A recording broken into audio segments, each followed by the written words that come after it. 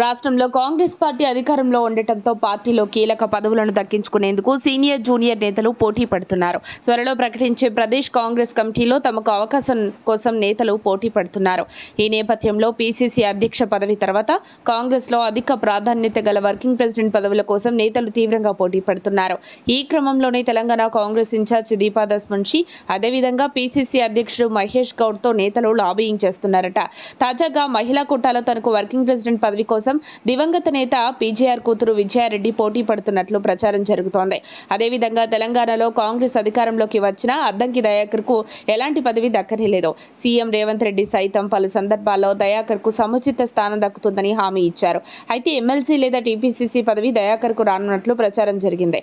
కానీ ఆ వార్తలు దయాకర్ని నిరాశపరిచాయి. దీంతో వర్కింగ్ ప్రెసిడెంట్ పదవిని దక్కించుకునేందుకు అద్దంకి దయాకర్ పోటీ పడుతున్నారు. అయితే వర్కింగ్ ప్రెసిడెంట్ పదవికి పోటీ ఎక్కువగా ఉండటంతో ఈసారి ముగ్గురు లేదా నలుగురిని వర్కింగ్ ప్రెసిడెంట్లుగా నియమిస్తే బాగుంటుందని పార్టీ పెద్దలు భావిస్తున్నారని సమాచారం. ఈ క్రమంలోనే త్వరలో జీహెచ్ఎంసీ ఎన్నికలు రాబోతున్న వేళ గ్రేటర్ హైదరాబాద్లో కాంగ్రెస్ పార్టీ బలం పెంచుకోవాలని కాంగ్రెస్ పార్టీ భావిస్తోంది. మరొక వైపు త్వరలో జరగబోయే జీహెచ్ఎంసీ పీఠంపై ఎలాగైనా పాగా వేయాలని భావిస్తోంది. ఈ నేపథ్యంలో కాంగ్రెస్ పార్టీని గ్రేటర్లో బలోపేతం చేయాలని కాంగ్రెస్ గట్టి పట్టుదలతో ఉంది. ఈ నేపథ్యంలోనే చేరికలపై దృష్టి సారించింది కాంగ్రెస్.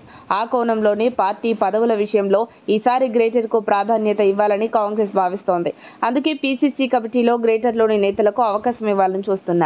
ఈ నేపథ్యంలో పీజేఆర్ కూతురు విజయారెడ్డికి మహిళా కోటాలో వర్కింగ్ ప్రెసిడెంట్ పోస్ట్ ఇస్తే కాంగ్రెస్ బలం పుంజుకునే అవకాశం ఉందని భావిస్తున్నట్లు తెలుస్తోంది. ఒకవేళ విజయారెడ్డికి వర్కింగ్ ప్రెసిడెంట్ పదవి ఇస్తే పీజేఆర్కు ఉన్న ఇమేజ్ కూడా కలిసి వస్తుందని హైకమాండ్ భావిస్తోందట.